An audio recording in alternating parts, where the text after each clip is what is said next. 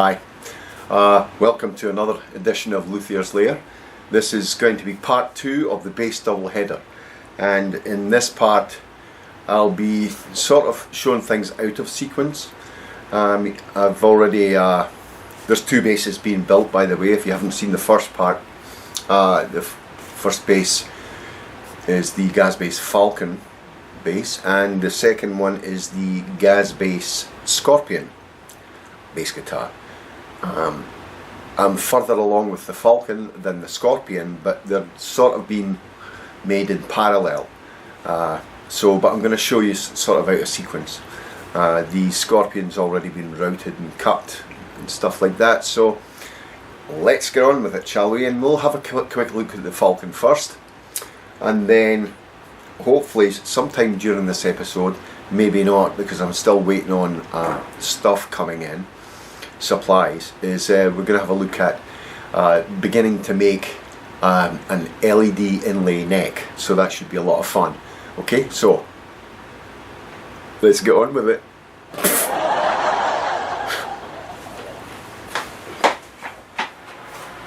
Okay, that's it, the pass, that's it sanded.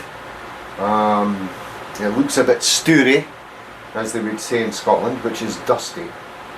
What I'm going to do is I'm going to wipe the dust off, and then I'm going to give it a little alcohol wash and see what came through. Now immediately I see there's still a rash here that I need to get rid of, and that's okay. That's the purpose of this. You see, it still looks a little cloudy. That's fine. It's actually turning out very good. Oh, trust me to pick up a knot there, but it's really close to the battery compartment, and that will cover it. It's a natural piece of wood, so what do you expect? Alright. Okay. Denatured alcohol. Don't know why it's denatured, you know. It's like, you're natural? No, I will curse you. You are now unnatural. You're denatured. John Hurt. Anyway, so pour a lot of that onto a rag and just do that and go, oh yeah, oh wow, look at that. And you see what I mean? You still get the pink, the pinkishness of the, in fact, I think I might need that. You'll still get the pinkness of the oak coming through, but the grain now has ebony stain in it. And it looks like a tiger. Doesn't it? Doesn't it look awesome? Really give that a big rub. Really rub one out here. So, yeah, I'll probably need to sand that a little bit more. I'm going to wait for the alcohol there to dry, which will take about 10 minutes for it to dry properly, of course. But that is what you get. Isn't that awesome? Just tilt that up a bit. See? Looks fantastic. It just looks so much better. Right, so yeah, I can feel the roughness. I feel pores popping up all over the wood, so I'm going to have to sand that again, and then I'll wipe it off again until I get my true 320 grit finish. And then we move on from there. Then we'll do the front after that. One step at a time, as Lena Martel used to say. Okay, awesome. So, as you can see, onto the front now, and yes, taking some bog roll here, which is more commonly known as toilet paper, and squeegeing it up a little bit. I'm going to take the base. You see I put a thin coat on already. This is ebony stain, okay, ebony stain, and this is the stain I'm using, and just dab that in there, get a nice load on there, and just go over. Try not to get on the curves, on the, you know, on the bull nose. If you do, it's no biggie, no biggie. It's going to look good when it's sanded anyway. It's still got lots of room for error at this stage, you know. So don't be too worried, but still be very careful, you know. Always pays to be careful. And this mixture's so thin that, you know, I'm kind of a little worried about bleed through, but you know, if I do get bleed through, then we'll cross that bridge when we come to it. But I don't think I will get bleed through. And as you can see, this is really popping now. This is really getting beautiful looking. It's picking up even the gaps in between each part of the grain, so it's looking absolutely spectacular. And you know, hopefully it's going to work out. I think it will. See, there's a knot in there. 2 knots. I had to remove 2 knots in this. You don't discover these things until you until you start routing the wood. It's funny because knots usually come to the surface, and I never saw the knots until my router hit it. So you have to do a little repair. That's fine. Luckily it's not in a place that's going to affect the structural integrity of the bass guitar, which is of course the most important thing, is playability. So you see I've got nice delineation there, and that's going to look fantastic. Now I'm going to leave that an hour to dry, and I might not even sand it that much. Well, of course I'm going to sand it more, but I might, you know, I might sand it and then go over it again. That's what I mean, with a little piece of bum wipe there.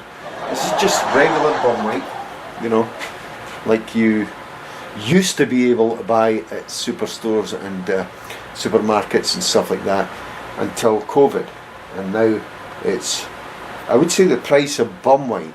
I would invest in it because it's the new gold standard now, you know. So apparently. Anyway, so back soon. So you can see here I've sanded the bottom half of this. The tape's still on there, and the good thing about this tape, the 209 free tape from 3M, is that it's kind of sandpaper resistant, so I'm able to sand over the top of it and get the thing actually sanded up a little bit. So let's try the top half now, shall we? Yes. Headphone customers, go for it.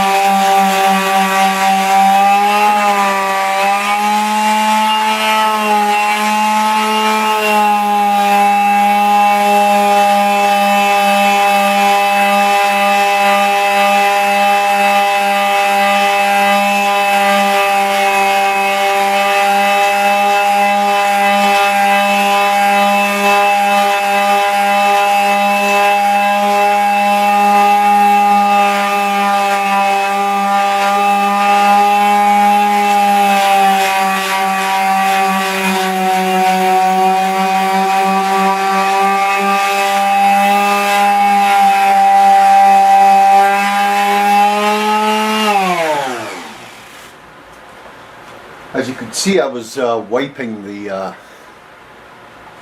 sandpaper there on the old towel that I have here. It takes out all the crap that accumulates when you're sanding, so that's a really good thing to do. And I'll just take this rag, wipe off some of the gunk that came with that endeavour. As you can see, we have quite a startling finish. I mean, it's quite amazing.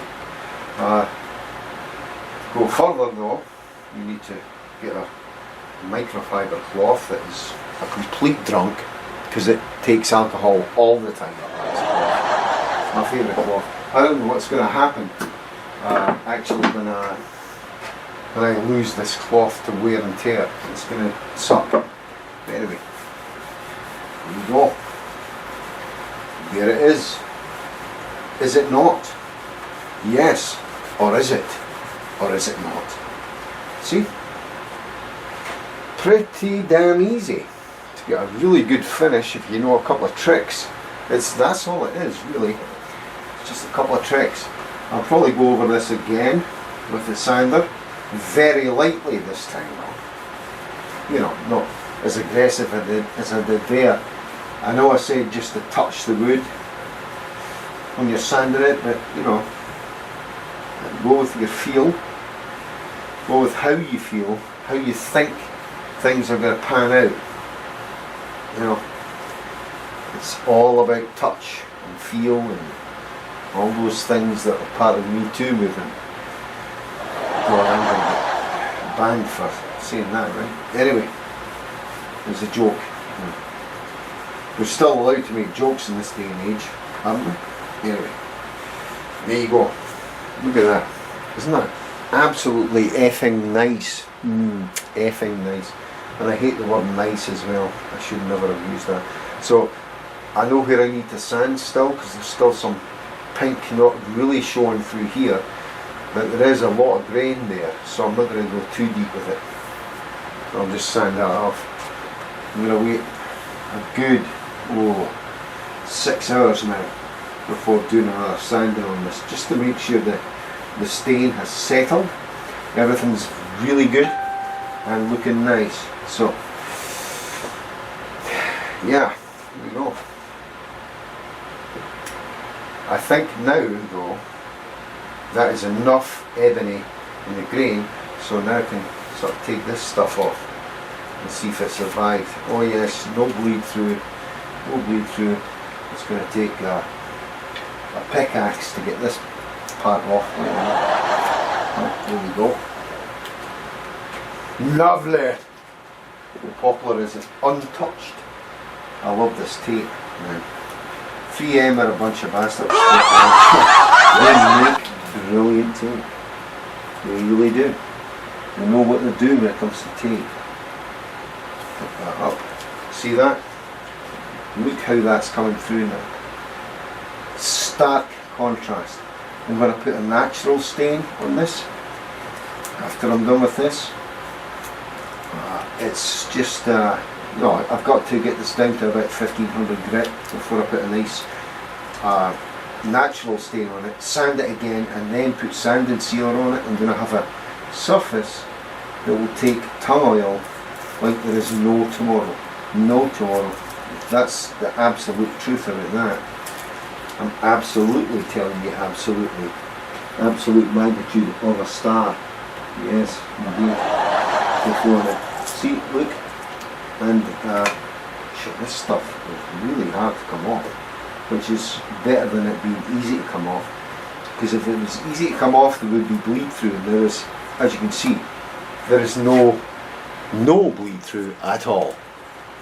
So I'm really happy with this. Doesn't it look nice, boys and girls? Yes, indeed, so it does. So, I'm actually quite pleased with that.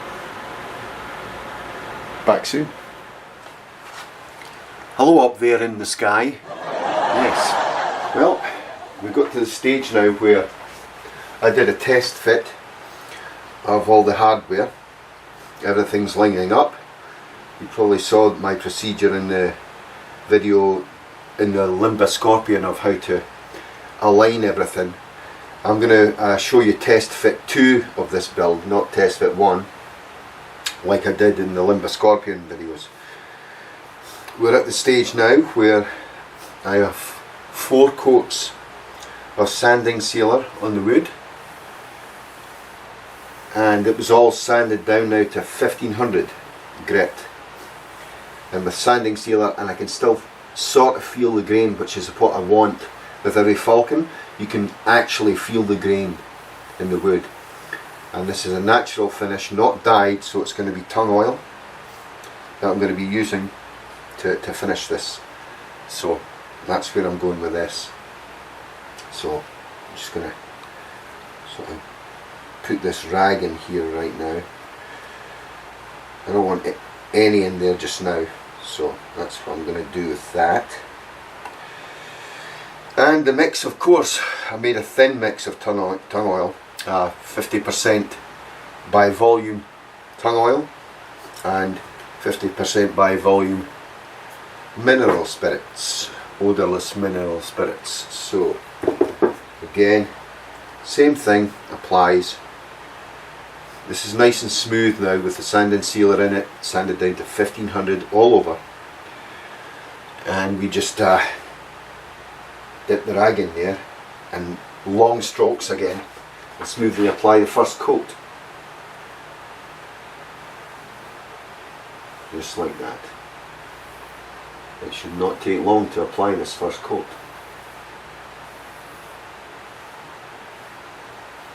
Always go the same direction. Okay. And of course this part will be short strokes, I'm afraid. So will this part. And just keep looking at the work, get it in the light and look around it to make sure it's going on even. There will be small air bubbles in there, but the mixture's so thin that they will pop. And you're going to go over it anyway. So just keep going. Load the rag again when it starts to get a little streaky. Not too much. Never ever too much. You want to build up these coats slowly. Okay, slowly build up the coats, so we're ensuring a very even finish. Capiche? Okay. And I'll just continue with that. We'll get the tung oil coats done, and then we'll move on. Okie dokie. Yeah. Starting to look nice and gleamy good, eh? Goodness. Awesome. Okay, jaunty angle time. Yes. Well, while this first coat of tung oil is drying on here, it's dry to the touch actually, but I need to let it dry a little longer, a couple of hours more. What I've done is began working on the headstock, and you know, got all that done around the sides and stuff. The headstock's actually poly, which I find protects the headstock more. Polyurethane on the headstock really, because you never know how many times you bang the headstock around. I know I've done when playing and stuff, and you're swinging the guitar around and you go boom. So poly protects it a bit more, but the actual face of it I do in tung oil, and I've just put the first coat of sanding sealer on it. Okay, so I finish the whole neck and then do the front of the headstock. That's just the way I do it. You could do it in any order you like that you feel comfortable with. Also, I was going to go with green LEDs in this neck, but I actually ended up installing the blue LEDs. I just you know, just like it better with the body type here, the body colours that I've got here.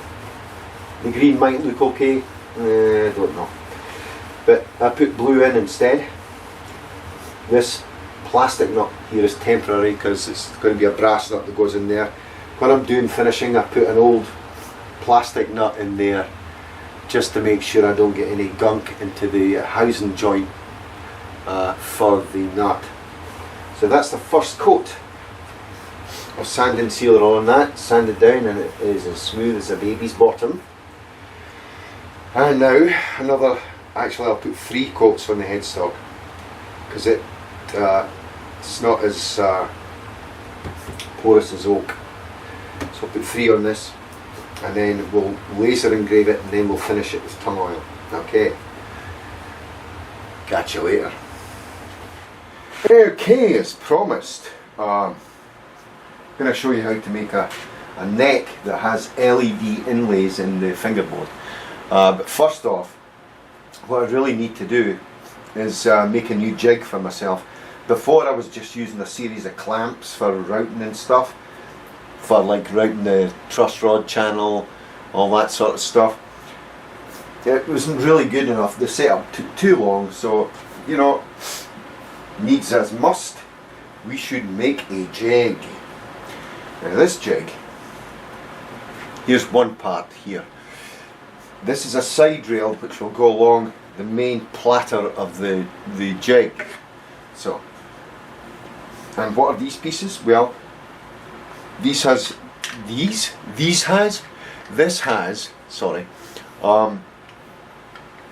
a recessed nut in the wood with a plate over the top so the nut doesn't get out, so you can put a screw through here, okay, and then with any neck blank that you have you can adjust the centre line by, and that's there, by nudging it in and out. So that's what that's for, okay. So there's going to be two rails, two side pieces, which will guide the router. Now I use a 6-inch base router, and 6-inch base is very good because it gives you a lot of coverage. You can have big templates and get real stability. But the handles are down here, so I just run it this way. So the router will sit here and I'll go zzzz, and these rails, sorry, that's, routers really don't make that sound, do they? Anyway, so, and you know, I can have the router do this. Now with truss rods, I'll show you a truss rod that I have in stock. A two-way truss rod. Here is a two-way truss rod, right here. Okay. Now, the dimensions of the truss rod aren't the same all the way up and down. This is a little deeper, so you need a little taper here. So I'm gonna, you know, build angled ramps if I need it in here, or shim up the neck blank so that I get an angle when I'm routing. There's multiple ways to do that, so that's great. And even the template will even, the jig will even come in handy for things like, you know, holding the neck in place while I do detail work on the curves and stuff. Actually, making the neck takes longer than making the body of a base, believe it or not. It does, actually. From a construction standpoint, you know, finishing, same time. But actually making the neck takes longer than actually building a body. Who would have thought it, eh? Size doesn't count, as I always like to say, for good reason. And so, you know, that the router will go smoothly along there. The neck blank is in place because I'm going to have guide rails there. And there's other little doohickeys and stuff I can put in this jig if I need to. You know, but I need to get it nice and square. Everything's nice and square. It's going to be glued on, this is going to be glued on. So let's come back after it's done, or after it's actually nearly done, and we'll actually see it in action. The neck blank for the Scorpion should be coming in pretty soon. I always order proper neck blanks. You know, you want stability in the wood. You want the wood to be prime choice cuts for a guitar neck. There's nothing worse than having a rubber-necked guitar. Understand me? You feel me, bruh? That's what it's all about. Stability. Okay, back soon. Okay, so we've got the side pieces done. The glue has dried, as you can see. That's what the side pieces look like. Screws go through there. Now what I'm going to do is I'm going to glue the rails onto the platter. And we just take a little bit of a tight bond here. Hello? Right. A bit tight bond. And we'll just bead that down because I'm going to use some finishing nails on it as well. Just down there. You know, don't worry, it will glue to this veneer that's on this crappy shelf that I had for like 20 years. Just lying about doing nothing. and it was still, you know, still true and flat and stuff, you know, stuff mainly, you know. And we'll just bead some glue along there. Doesn't need to be too much, because I'm either finishing nails or screws after the fact once the glue has set. I'm going to make a jig, make it nice, you know. Doesn't need to be as accurate as a guitar, still needs to be accurate though, okay? Right, what we're going to do now? Well, we're going to start now. Notice I have some, this is packing paper. This is actually one of the materials I use for shipping my bases. I have like 2,000 feet of this paper, and what you do is you scrunch it up and you stuff it into the box so that the guitar doesn't move. And then, you know, I ship with a gig bag as well, so that's all around the gig bag. The gig bag is wrapped in bubble wrap, and inside the gig bag is foam, the thin foam stuff that I've made into rolls and stuff. So, you know, if that gets damaged, well, I'll tell you what, you sue the shit out of the postal service for that.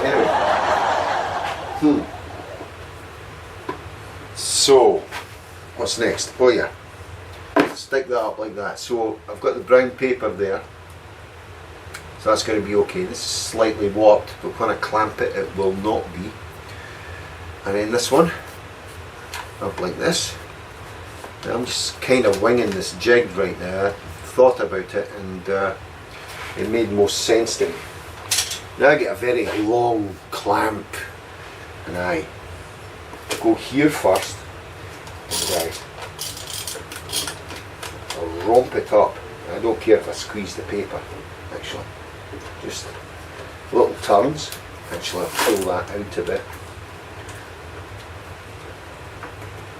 Just little turns at a time.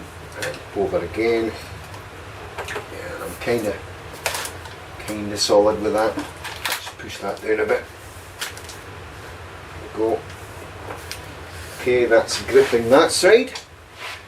Same side, other side, same idea. Get the clamp.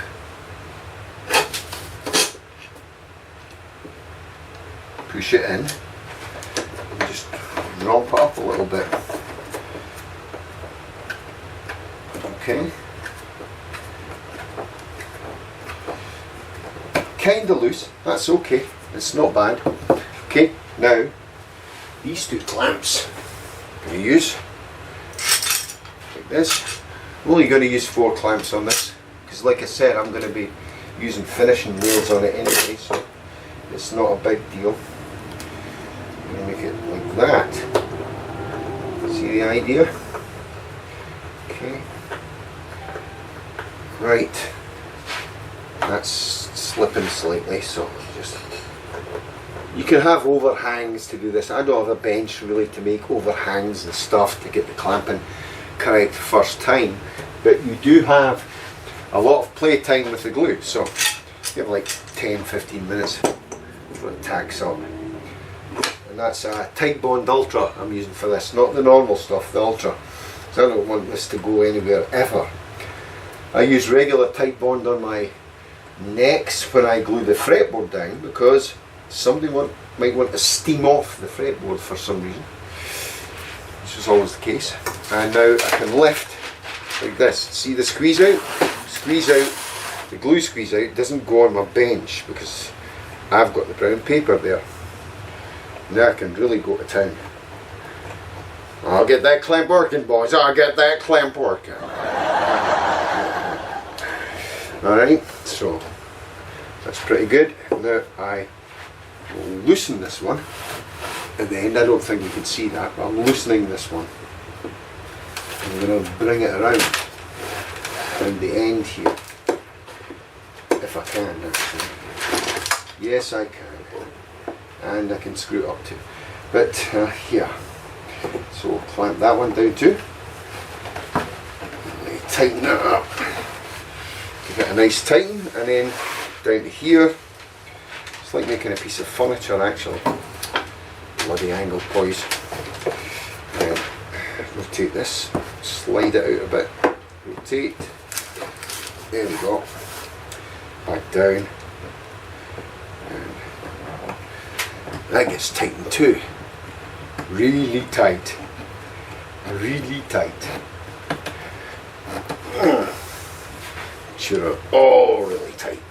Grrr, you know, make sound effects if you want, like grrr and shit. Helps. So here we go. Here we have a cattle trough. Now I see I need probably a clamp here and a clamp here. So I'm going to put more clamps on, but that's going to set. I'm going to put some finishing nails in it, and we'll be cool. We'll have a new routing jig for truss rods. Awesome. Okay, you see here the front of the Falcon is sort of nearly complete actually. The tongue oil has been put on. Tongue oil coats, 6 coats of tongue oil on this particular base. I've already got grubby paw prints all over it, but that's fine. And we have some carbon graphite inlays in the trenches I dug for the bridge and tailpiece. These are old ones. That's an old bridge there. They're all the same size. And of course the tailpiece, which goes about there. So as you can see, it's starting to take shape. The electronics are half fitted, and I'm just looking at what I need to do for the cavity here. I need to move the preamp down. The preamp's actually in behind here. It needs to move down a little bit, and I'll have the switch for the LED and the brightness control for the LED inlay neck right there. And I'm going with blue for this one. I like blue LEDs, I must admit. So, getting on pretty well with it. The next stage is to actually put the inserts in the wood for the bridge and the tailpiece. We'll do that, and then we will make a start on the electronics.